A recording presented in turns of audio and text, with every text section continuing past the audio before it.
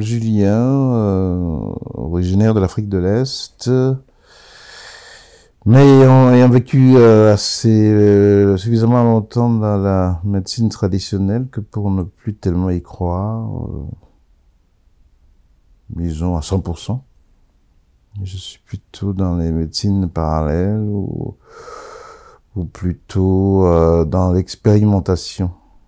Voilà, 69 ans, donc le compteur commence à tourner. Pour l'instant, j'ai eu des bobos de prostate.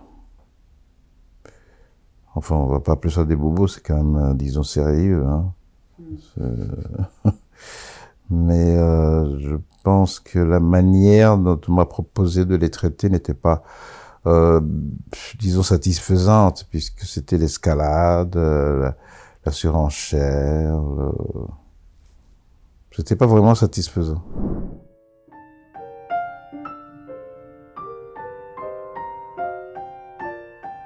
Ben, c'est une amie, enfin une petite sœur, qui m'a parlé d'Éric Grandon. Hein.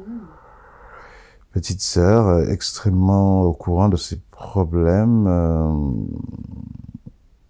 Elle a eu un cancer du sein qu'elle a traité elle-même. Elle m'a dit, moi je me suis immergé dans les témoignages. Et les témoignages, c'est une chose extrêmement importante. Il faut en lire énormément. Dont celui de Gérard. Il y a un qui s'appelle donc Gérard, qui avait donc un problème de PSA qui était assez élevé, donc 450, qui m'a interpellé, quoi. Puis le fait que cet ami très cher, avec lequel j'ai grandi, m'a dit, écoute, ce sont des gens extrêmement sérieux, qui sont au fait de ce qu'ils font, qui font ça très professionnellement. Ça ne sert à rien de faire ça dans ton coin, parce que les questions que tu vas te poser, ils ont déjà la réponse. Ah oui, j'ai quand même fait une petite immersion avant, de 2-3 jours. Mais bon, ça c'est juste lorsqu'on met un doigt dans la piscine, comme on dit. Hein. 25 jours. On va dire, voilà, d'une traite, 25. Hein.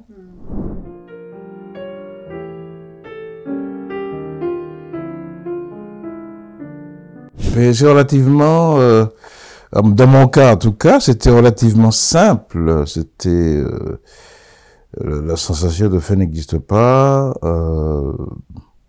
du moins à partir du 4e, 5e jour. Il n'y a pas eu de crise d'acidose, comme on l'appelle, hein. C'est l'acidose. Hein. Et dans mon cas, hein, les choses sont devenues beaucoup plus difficiles, évidemment, vers la fin. Parce qu'à ce moment-là, on se dit, mais est-ce que je tiendrai jusqu'au bout? Est-ce qu'il y aura assez d'énergie? Est-ce que j'aurai la force de reprendre la pente pour reprendre l'alimentation? Parce que c'est ça le plus difficile. Le plus difficile, je pense, c'est de reprendre l'alimentation parce que le corps n'étant plus habitué à être alimenté par la voie normale, donc digestive, on a les organes sont occupés ailleurs. C'est l'impression que j'ai eue, hein. Les organes sont occupés ailleurs, en autoréparation, ou en autolyse, ou les termes scientifiques, tu vas les trouver. Et le premier bouillon, c'est le plus dur, parce que celui-là, on a tendance à ne jamais le garder. Hein. On ne le garde pas vraiment, celui-là. C'est ça le plus dur. Mais c'est surmontable. C'est surmontable parce que la nature reprend ses droits. Et elle est impérative, hein, elle s'impose.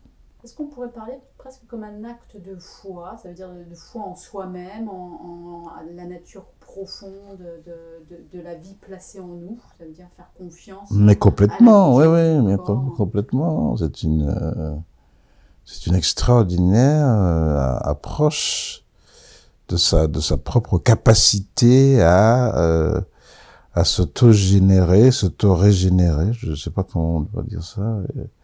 Il faut y croire, hein, parce qu'apparemment, si on n'y croit pas, ou ce sera trop long, ou ça marchera pas vraiment. Je sais pas, c'est selon. Hein.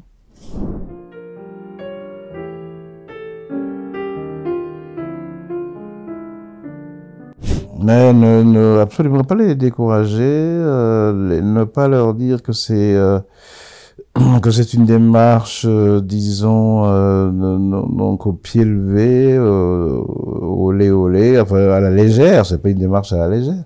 C'est tout à fait sérieux, je pense. Hein.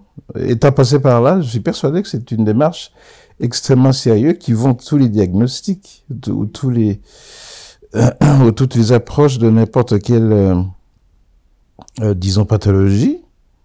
Je pense que si une personne sent que pour s'en sortir, elle doit jeûner. D'ailleurs, regardez les religions catholiques, les religions musulmanes, les religions bouddhistes, etc.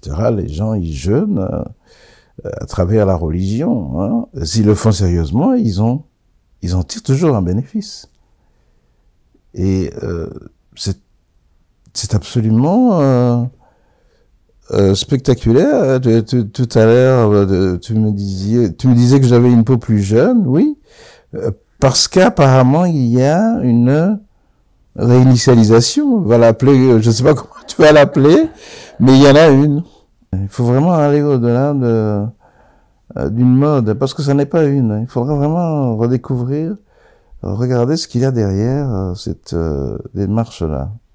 Et si quelqu'un donc décide de jeûner, je sais pas, 3-4 jours, intermittent, ou une semaine, 2, 3, je crois qu'il faudrait plutôt l'y encourager.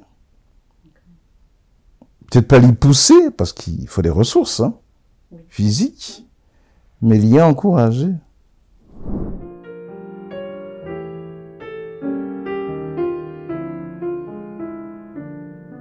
Ben, un état des lieux, dans ce qui me concerne, c'est de constater que mes bobos de prostate sont complètement à niveau. Et déjà, donc il y a déjà un premier bénéfice. Il est donc d'ordre de hypertension. J'étais passé donc de 19 à carrément à 12, ce qui est carrément spectaculaire. Le poids est optimisé. J'ai quand même perdu parce qu'on dit toujours oh là là, quand vous êtes en surpoids de maladie, forcément, forcément.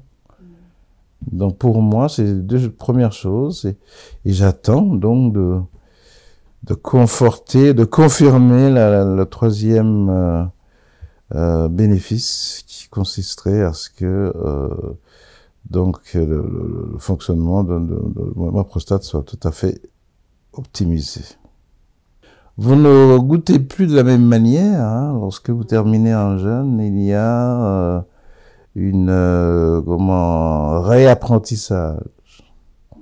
Et le réapprentissage, en réalité, il est tout à fait intéressant, parce que vous êtes vous êtes comme un bébé, comme ça, qui apprend à appréhender les saveurs. Et ça fait un peu feu d'artifice. Le feu d'artifice, il est réel, hein, on le sent. Vous ne goûtez plus de la même manière, donc une tasse de thé, vous sentez, les papilles sont éblouissantes, ils explosent en mille facettes, alors qu'au début, vous aviez l'impression de manger de la sciure, et tout à coup, paf, ça c'est extrêmement intéressant comme expérience.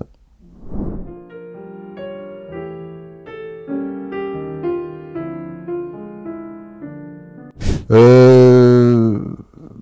vais un petit peu faire le ménage dans le frigo. C'est impressionnant, le nombre de poisons que l'on avale, et qui sont totalement licites. On se dit c'est licite, le sucre c'est licite, mais ce n'est absolument pas licite. C'est très dangereux, et ça préfigure le nombre incalculable de maladies, de pathologies qui sont liées au sucre. Et l'erreur, c'est comme ça, toujours fait croire que tous les problèmes cardiovasculaires venaient du fait qu'on mange du gras, mais c'est parce qu'on mange du sucre qu'il y a des problèmes cardiovasculaires. Donc, première chose, faire le ménage un peu, se rapprocher des petits producteurs qui m'apprendront à manger moins, mieux. Donc, je garderai donc ce jeûne en intermittence. Je pense que c'est la meilleure approche, en intermittence. Le garder toujours sous le coude, parce que c'est une manière d'anticiper tous les excès possibles et imaginables que l'on peut avoir avec une alimentation qui est acceptée comme étant nourricière alors qu'elle ne nourrit pas grand-chose. C'est la conviction que j'ai maintenant de l'alimentation. L'alimentation ne nourrit pas grand-chose. Hein.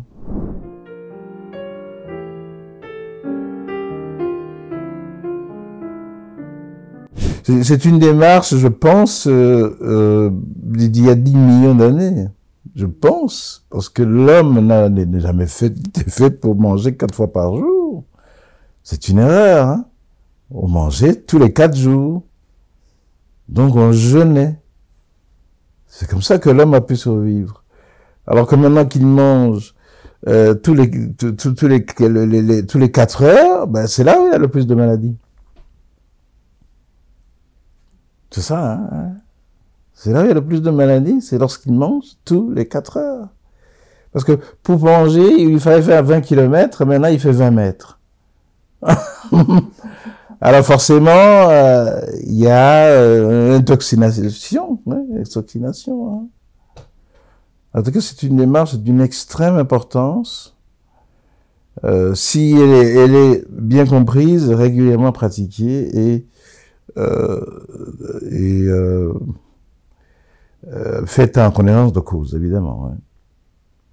On peut pas vous forcer à jeûner, on va vous inciter à le faire. Ouais. En dernier mot, dernier mot, voilà, oh les cœurs, quoi, vive les jeûneurs. Oh mon Dieu, vive les jeûneurs. Ouais. Non, allez-y, si vous avez le moindre doute, expérimentez, quoi.